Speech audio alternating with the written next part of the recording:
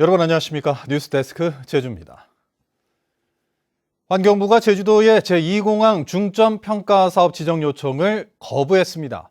환경부의 이런 결정은 제2공항에 대한 행정 절차의 속도를 높이겠다는 의미로 해석되고 있는데요.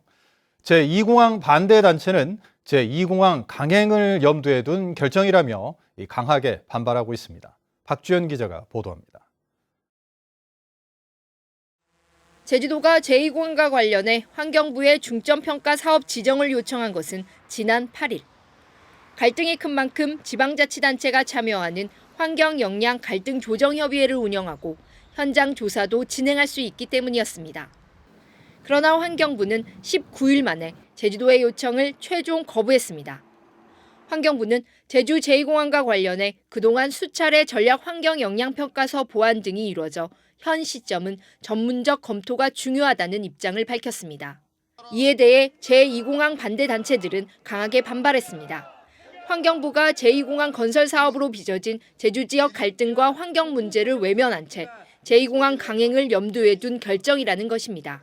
설악산 케이블카 통과도 보았듯이 이제 정부가 추진하는 이런 대규모 국책 사업에 대해서는 무조건적인 진행을 하겠다라는 결정으로 보여집니다. 이번 결정으로 제주 제2공항 관련 행정 절차는 더욱 속도가 붙을 것으로 보입니다. 국토부에서 환경부로 보낸 전략 환경 영향 평가서에 대한 환경부의 법정 처리 시한은 다음 달 6일. 환경부는 이미 6개 검토기관이 참여하는 비공개 회의를 열어 최종적으로 의견을 조율한 것으로 알려졌습니다. 환경부의 선택지는 4가지. 동의나 조건부 동의의 경우 국토부가 기본계획안을 만들어 제주도의 의견 수렴 절차를 밟게 됩니다. 그러나 반려나 부동의 의견이 나오면 제2공항은 사실상 무산 수순으로 흘러갈 것으로 보입니다. 8년간 끌어온 제주 제2공항의 운명은 앞으로 일주일이 분수령이 될 것으로 보입니다. MBC 뉴스 박주연입니다. 오영훈 지사의 핵심 공약인 제주형 행정체제 개편을 위한 최종 권고안을 오는 12월 결정하는 것으로 추진 일정이 확정됐습니다. 과거와 달리 도민 의견 수렴 절차가 대폭 강화되고 도민 참여단 300명의 수기 토론을 통해 실행 방안이 결정됩니다. 송원일 기자 보도합니다. 지난 지방선거에서부터 제주의 가장 큰 쟁점 중의 하나인 행정체제 개편안이 오는 12월 결정납니다. 제주도 행정체제 개편위원회가 밝힌 권고안의 핵심 내용은 2가지. 기초자치단체 부활 등 행정 계층 구조를 정한 뒤 행정구역을 몇 개로 나눌지 결정합니다. 과거 행정체제 개편 논의 과정에서 도민 공감대 형성이 부족했다는 비판을 수용해 의견 수렴 절차를 대폭 강화합니다. 4차례의 도민 여론조사와 함께 주민 의견을 듣는 도민 경청회를 12개 읍면과 제주시, 서귀포시 각각 2곳씩 모두 16개 지역으로 나눠 3차례씩 실시합니다.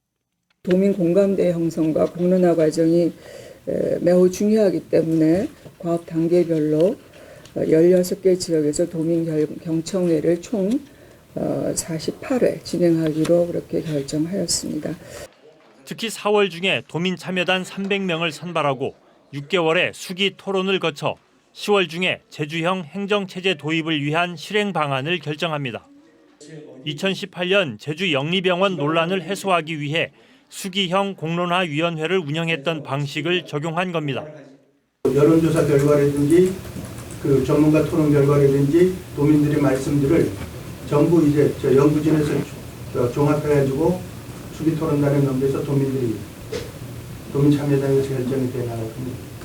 도민 참여단이 기초자치단체 부활 여부와 행정구역을 어떻게 나눌지를 결정하면 마지막 도민 여론조사와 공청회를 거쳐 12월 중에 제주도 행정체제 개편위원회가 최종 권고안을 채택할 예정입니다. 제주형 행정체제 도입을 위해 제주특별법을 개정하고 주민투표까지 실시하려면 국회와 정부 모두를 설득해야 하는 상황. 결국 도민들의 공감대를 얼마나 얻을 수 있을지가 첫 관문이 될 것으로 보입니다. MBC 뉴스 송원일입니다. 서귀포시 국가시험림에서 자연석을 밀반출하고 이 연구용 산림을 훼손한 일당이 검거됐습니다. 이 절도범들은 복면을 쓰고 CCTV 화면을 이 천으로 가리고 이 굴착기를 동원하는 등 이 치밀하게 범행을 준비했던 것으로 드러났습니다. 이따금 기자가 보도합니다. 복면을 쓴 남성 2명이 서귀포시에 있는 국가시험림 출입구 앞을 서성입니다. 잠시 뒤 CCTV 화면이 갑자기 흔들리며 다른 곳을 비추고 또 다른 CCTV는 하얀 천으로 가려집니다. 이들은 곧바로 자물쇠를 뜯고 시험림으로 들어가 나무를 베기 시작했습니다. 굴착기와 트럭을 동원해 300m의 진입로까지 만들었습니다. 이들이 노린 것은 지름 150cm 크기의 현무암. 검은색인 일반 현무암과 달리 중간중간 회색빛을 띠며 거대한 산을 줄여놓은 것 같은 모양입니다.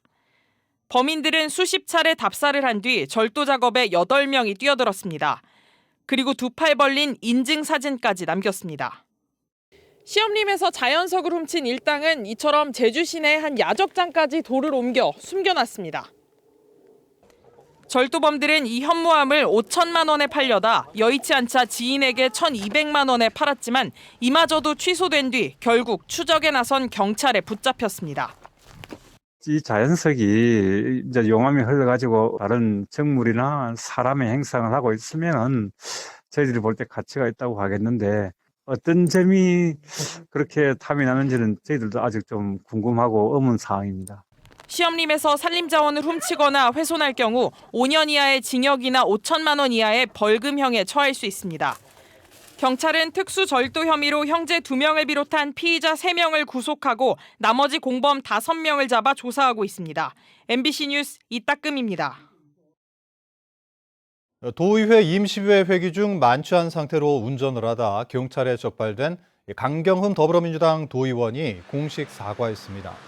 강 의원은 사과문을 통해 음주 운전은 용납할 수 없는 행위이며 뼈저리게 후회하고 있다며 도민들께 진심으로 죄송하다고 밝혔습니다.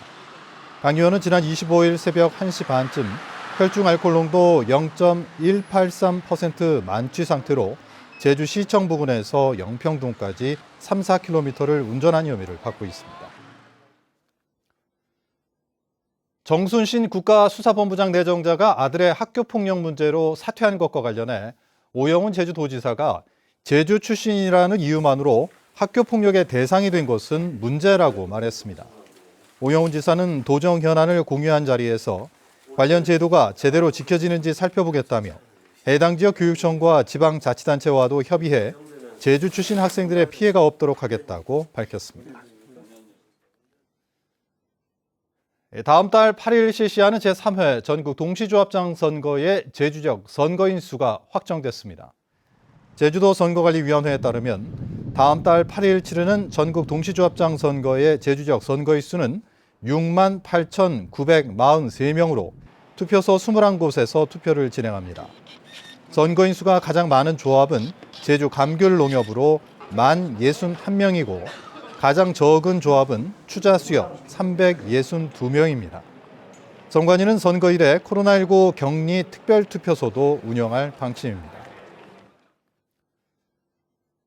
오등봉공원에 들어설 계획인 대형 음악당에 대한 운영 방안 마련이 필요하다는 지적이 도의회에서 나왔습니다.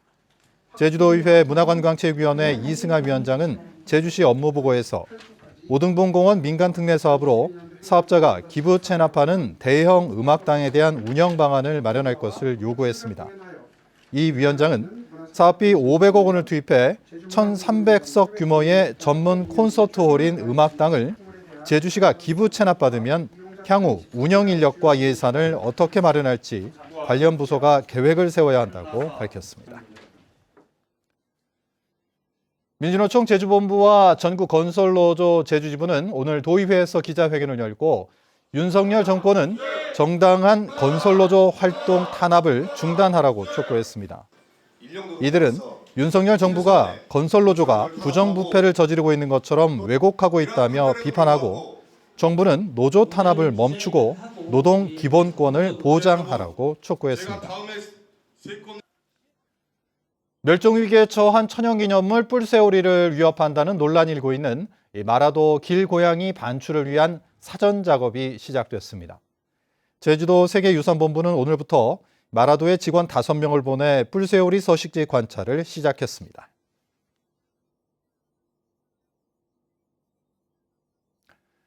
뉴스데스크 제주를 마칩니다. 시청해주신 여러분 고맙습니다.